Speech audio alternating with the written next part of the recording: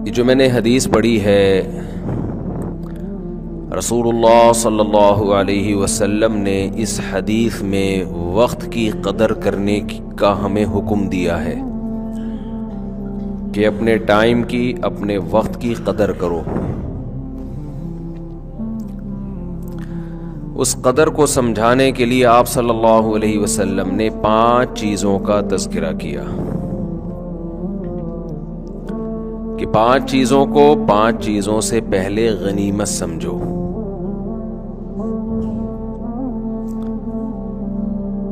شبابک قبل حرمک، فرمایا بڑھاپے سے پہلے جوانی کو غنیمت سمجھو۔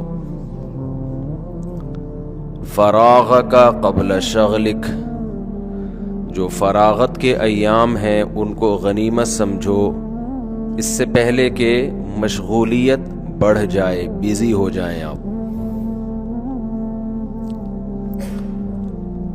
فقرک غناک قبل فقرک،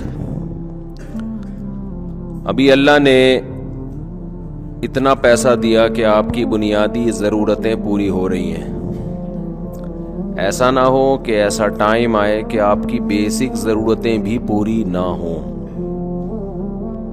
تو ان ایام کو غنیمت سمجھ لو جب کھانے کو مل رہا ہے اور رہنے کو جگہ بھی میسر ہے۔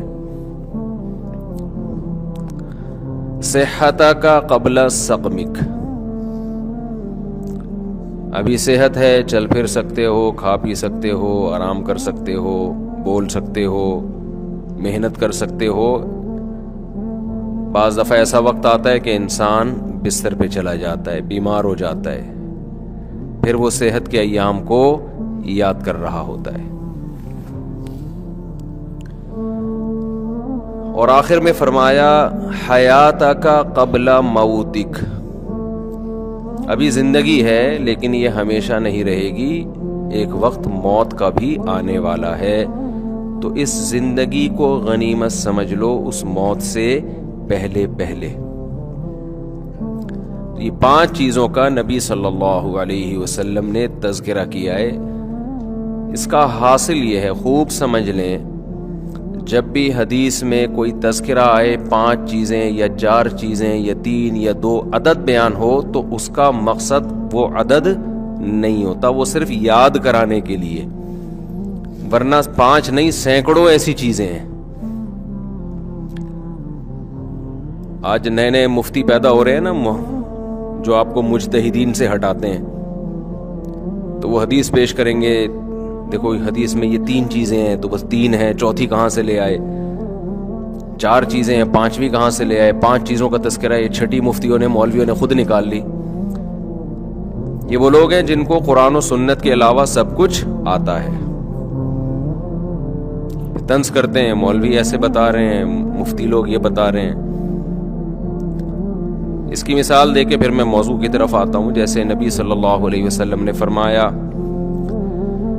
اذا مات ابن آدم انقطع عمله الا من 3، جب انسان کی موت ہو جاتی ہے 3 چیزیں جاری رہتی ہیں اس کے عمل میں سے۔ صدقۃ جاریۃ، جو اس نے صدقہ چھوڑا جو ہمیشہ چلتا رہے گا۔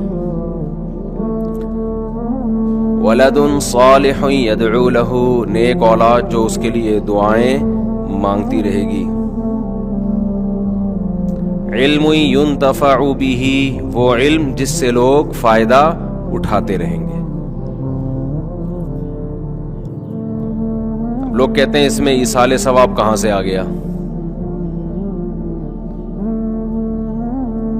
اس سے بھی واضح ایک اور حدیث ہے جس میں آتا ہے، ایک صحابی نے نبی سے عرض کیا یا رسول اللہ، ایک صحابیہ نے عرض کیا میری والدہ کا انتقال ہو گیا ہے، افاتصدق عنہا، کیا میں والدہ کی طرف سے صدقہ کر سکتی ہوں؟ آپ نے فرمایا ہاں۔ تو صدقہ، اس کا ثواب کہاں کس کو پہنچ رہا ہے؟ اولاد صدقہ کر رہی ہے، اولاد دعا مانگ رہی ہے، ثواب کس کو مل رہا ہے؟ والدین کو مل رہا ہے۔ تو اسی سے فقہا نے استدلال کیا کہ صدقہ چونکہ ایک نیکی ہے، تو کوئی بھی نیکی کر کے مرحوم والدین کو پہنچائی جا سکتی ہے۔ اس کے لیے حدیث کے حوالے کی ریفرنس کی الگ سے ضرورت نہیں ہے. یہی ریفرنس کیا ہے؟ کافی ہے. اب لوگ کیا کرتے ہیں؟ مسجد میں دریاں بچھا دیں، اس کا ثواب کس کو ملے گا؟ والدین کو. تو بعض لوگوں کو اشکال ہے کہ یہ دریاں بچھانا کہاں سے حدیث سے ثابت ہے؟ بھئی جب صدقہ کہہ دیا تو نیکی آ گئی نا، اس میں ہر نیکی آ گئی اس کے اندر.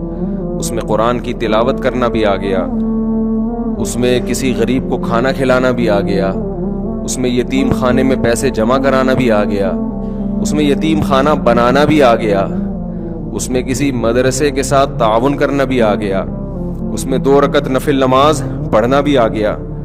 کیونکہ اگر آپ کہتے ہو کہ یہ سب کچھ نہیں ہے، حدیث دکھاؤ تو حدیث میں تو کنواں کھودنے کا تذکرہ ہے، پھر کنویں کے علاوہ تو کوئی ثواب پہنچے گا ہی نہیں.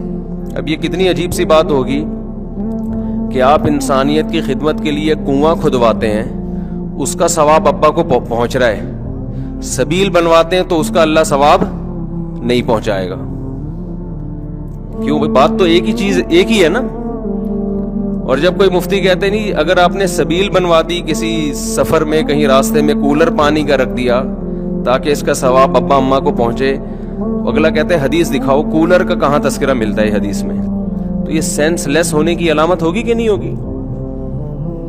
تو آج کے جو نئے نئے مجتہدین مارکیٹ میں یوٹیوب پہ آ رہے ہیں نا، ان کا جو سوچنے کا اسٹائل ہے نا وہ بہت محدود اور فقہی بصیرت سے بالکل خالی. وہ ریفرنسز پہ چل رہے ہوتے ہیں کہ دیکھو حدیث میں آتا ہے صدقہ کرنے کا ثواب پہنچتا ہے، تو ریفرنس ہم نے حدیث کا دے دیا صدقے کا. قرآن پڑھنے کا ثواب دکھاؤ کہاں ثابت ہے بھائی؟ تلاوت کا ثواب ماں باپ کو ملتا ہے، یہ کہاں ثابت ہے؟ تو بھائی صدقہ نیکی ہے. حدیث کا مقصد یہ ہے کہ جب کوئی شخص مر جاتا ہے تو اس کے اپنے عمل کا دروازہ بند ہو گیا، بعد والا اس کے لیے کوئی عمل کرتا ہے تو وہ دروازہ اللہ کبھی بھی بند نہیں کرتے. یہ اللہ کی رحمت ہے. البتہ یہ جو حدیث میں 3 کا عدد ہے نا، یہ 3 سمجھانے کے لیے، 3 نہیں، وہ 6 بھی ہو سکتے ہیں، 3000 بھی ہو سکتی ہیں وہ چیزیں.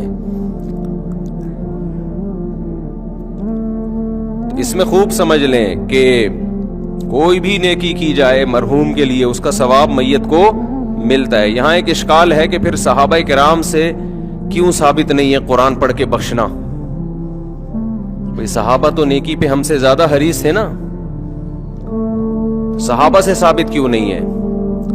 تو صحابہ سے اس لیے ثابت نہیں ہے کہ یہ عمل اجتماعی طور پہ ناجائز ہے، کیونکہ کوئی بھی نفلی کام اس میں اجتماع کے لیے الگ سے دلیل کی ضرورت ہے. اگر وہ الگ سے اجتماع کے لیے ایک الگ سے دلیل نہیں ہوگی تو نفلی کام انڈیویجولی آپ کر سکتے ہیں، انفرادی طور پہ آپ کر سکتے ہیں، اجتماعی حیت پہ آپ نہیں کر سکتے. تو صحابہ نے چونکہ اجتماعی حیت پہ نہیں کیا اس لیے ثابت نہیں ہے. انفرادی کیا یا نہیں کیا؟ تو انفرادی عمل بیان نہیں کیا جاتا.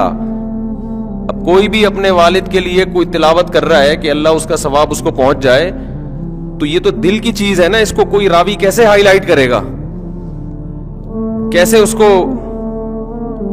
نمایاں کیا جائے گا؟ یہ تو دل کی بات ہے. تو کتنے صحابہ نے نیک اعمال کیے، یہ ثابت ہے کہ انہوں نے فلاں عمل بھی کیا، فلاں عمل بھی کیا، فلاں عمل بھی کیا. اب دل میں کیا نیت تھی؟ اپنے والدین کو ثواب پہنچانا چاہتے تھے یا نہیں؟ یہ نیت یہ وہ جانے، اللہ جانے. ایسے تھوڑی ہوتا تھا کہ یہ پنکھا ابا کے ثواب کے لیے لکھتے تھوڑی تھے لوگ، دل میں نیت ہوتی تھی. اس سے یہ بھی پتا چل گیا کہ قرآن پڑھنا اپنے والدین کے اس کو ثواب پہنچانے کے لیے جائز ہے، لیکن ایصال ثواب کے لیے قرآن خوانی جائز نہیں ہے. سمجھتے ہیں کہ نہیں سمجھتے؟ There are 2 types of قرآن خوانی. قرآن خوانی جو اجتماعی سطح پہ ہوتی ہے نا، پبلک آتی ہے، سب قرآن پڑھتے ہیں، تو کتنی قسمیں اس کی؟ انگلی سے اشارہ بھی کر رہا ہوں، 2 قسمیں، بلکہ ہم 3 قسمیں بنا لیتے ہیں. اجتماعی حیت میں قرآن جو پڑھا جاتا ہے، سب لوگ اکٹھے ہو کے پڑھتے ہیں، اس کی 3 قسمیں ہیں. ایک قسم تو یہ مرحوم کے ثواب کے لیے، ہمارے ابا کا انتقال ہو گیا، تمام حضرات سے گزارش ہے ہمارے گھر تشریف لائیں، آج قرآن خوانی ہوگی.